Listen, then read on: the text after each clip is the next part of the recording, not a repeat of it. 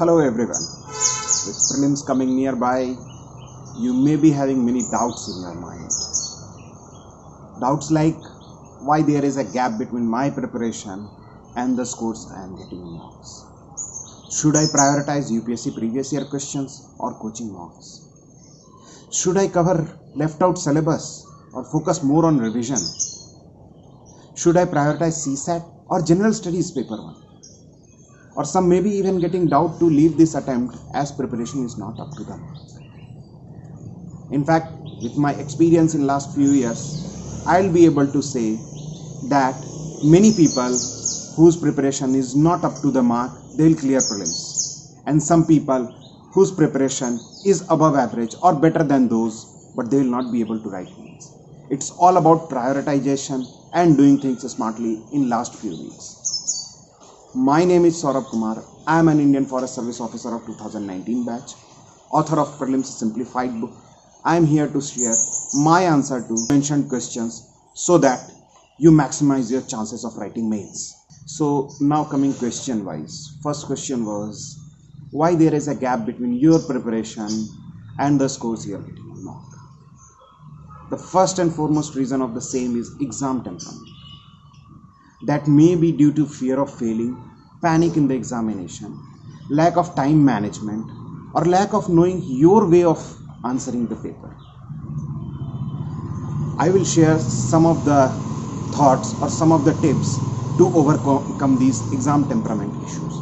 First and foremost is time management.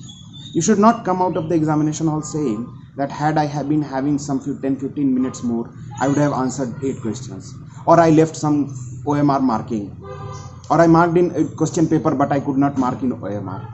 Nothing like that, because most of the people don't get an issue in the general studies 1 of time management.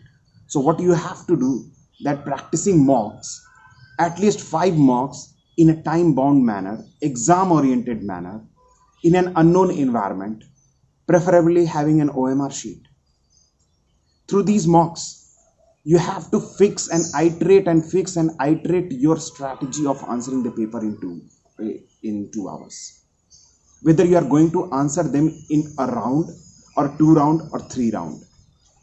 What is your level of answering the perfect questions in which you are getting the best score? Is it 80 questions, 85 questions, 90 or more than 90?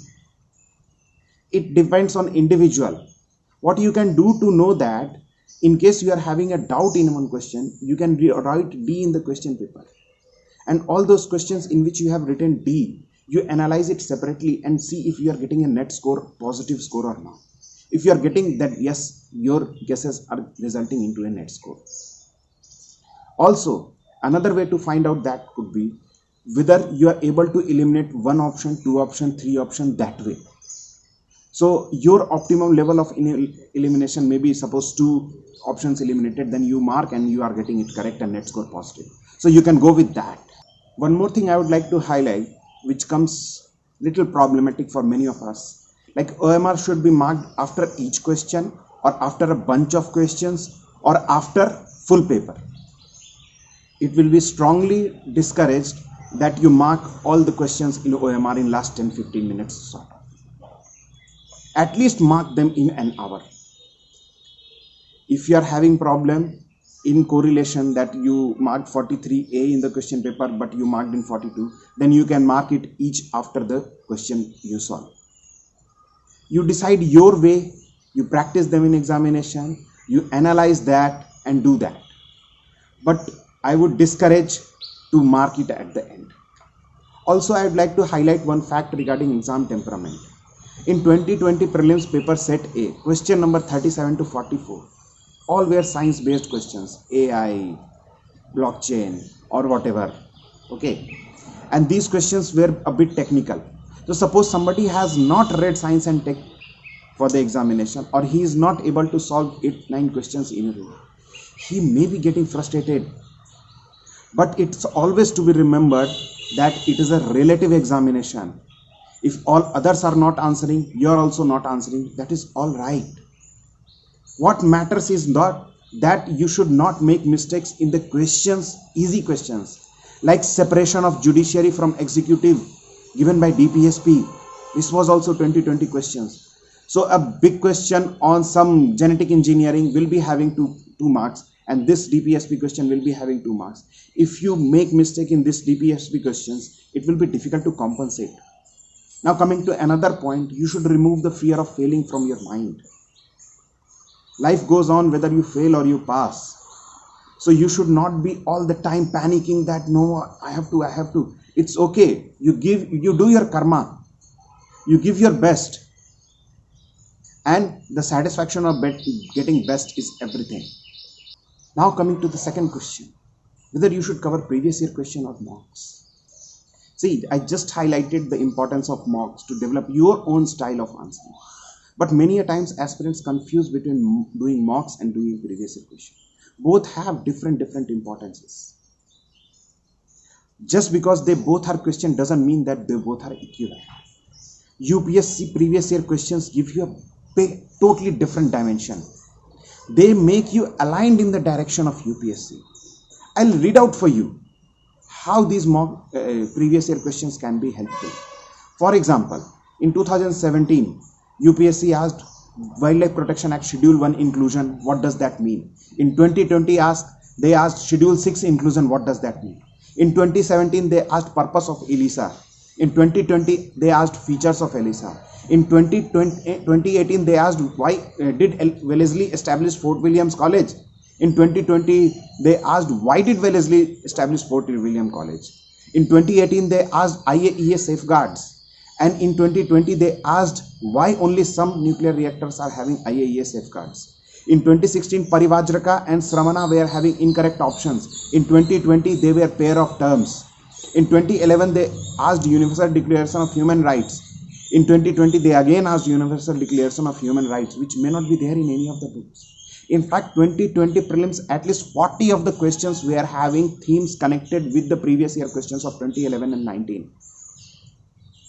Covering previous year question make you closer to UPSC requirements.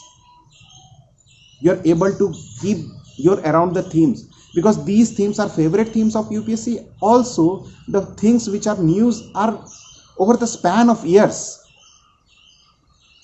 IAEA safeguard was there in news in 2016 and 2020 also, which is there important.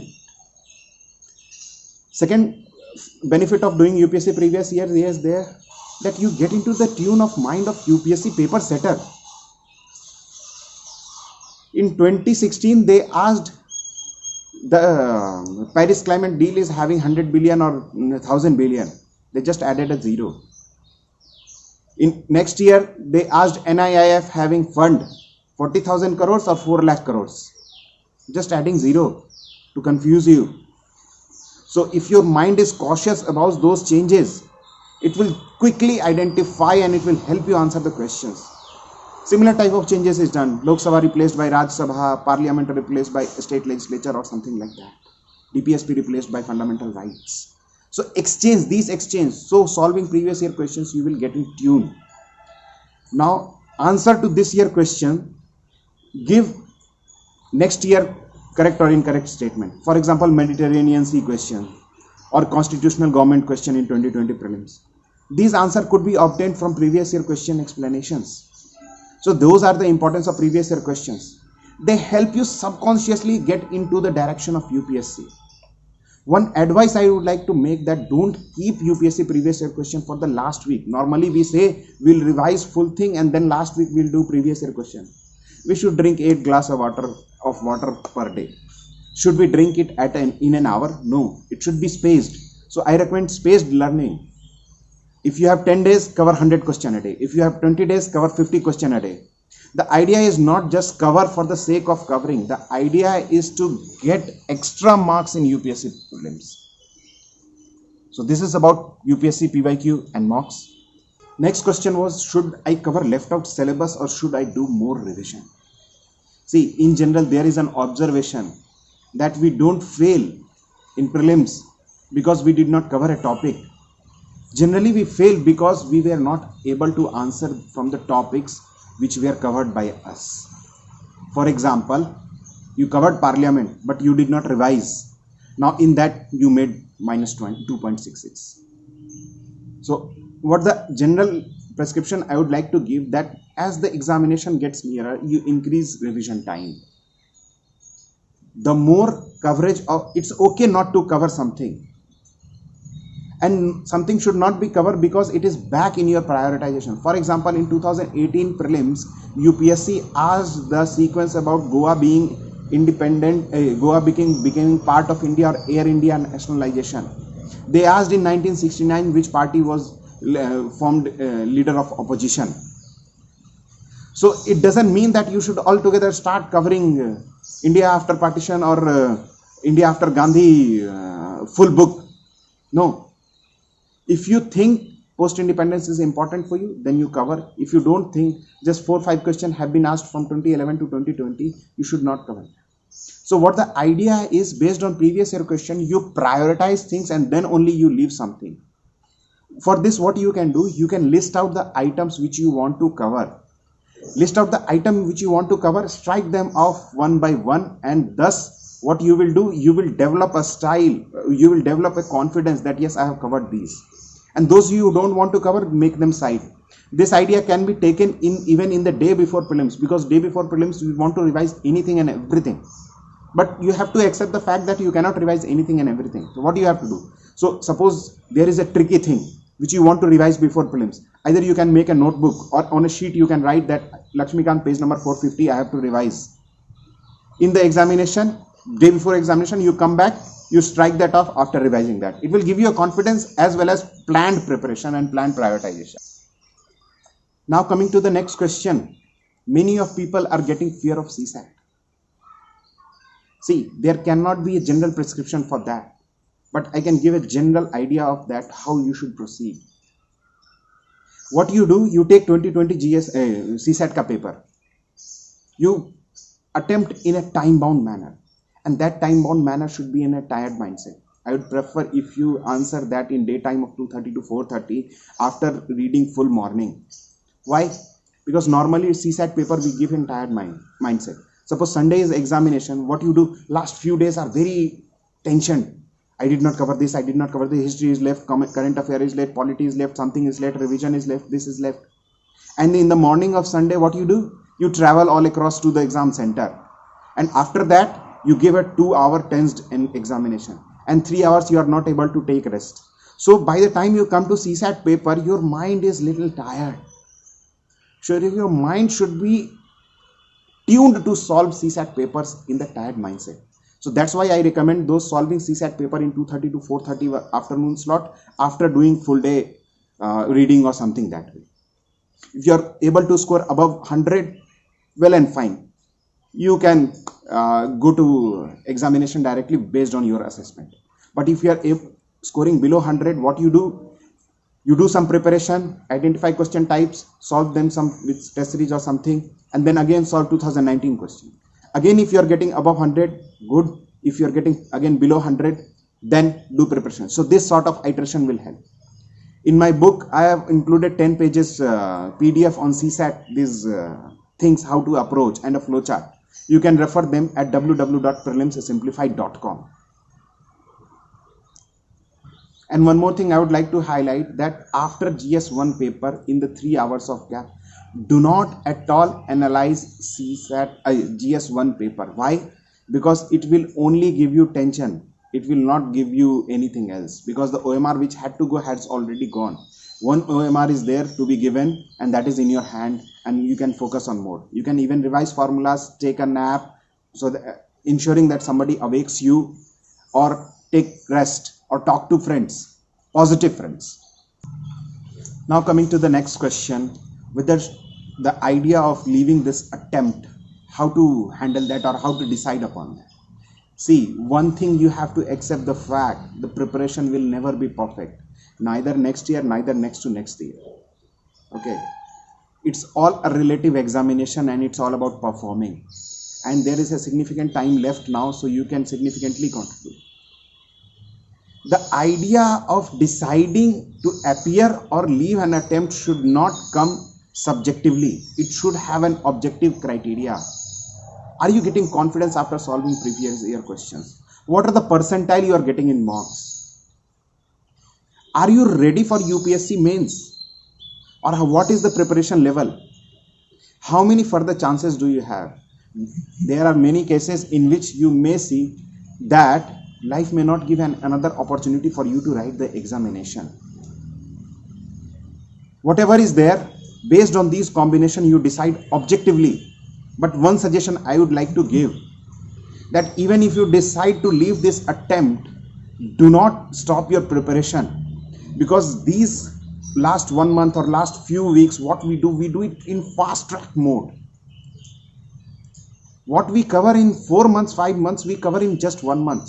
So I don't want you to miss those 1 month. Even if you are giving prelims next year, it will be helpful. What you do, you keep preparing. Even if you decide to leave the attempt, on the day, whatever day is examination, 1 or 2 days after, UPSC will upload the paper. You don't discuss it to anyone. By the time you take a printout in simulated environment, you give the test examination.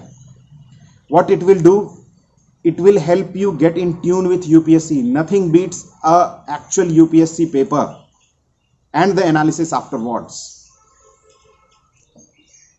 Take lesson from that UPSC paper, and those lessons should be implemented in the next year preparation as well as examination. But do remember that preparation will never be perfect. So these were some of the questions. Now I'll add some concluding remarks. You should try answering the questions even if you don't have the requisite information, because many a times answer lies in the question itself. Apply common sense. Is it possible? Or is it the same type of changes which UPSC keeps making? Or have they changed proper nouns? Have they changed institutions? Lok Sabha, Rajya Sabha, I mentioned earlier also. Answer lies in questions. That is the difference between prelims and mains. Prelims, the answer is in question. Mains, you have to write the answer. And UPSC previous year question solving will help you in this. Prioritize things in last few weeks. Prioritize topics for coverage or revision. Prioritize things in life. It's okay. All the things which are there in life, whether financial, relationship or whatever, they may come after the OMR sheet submission. But that OMR sheets once submitted will not return back for you to change. Nothing will change after prelims.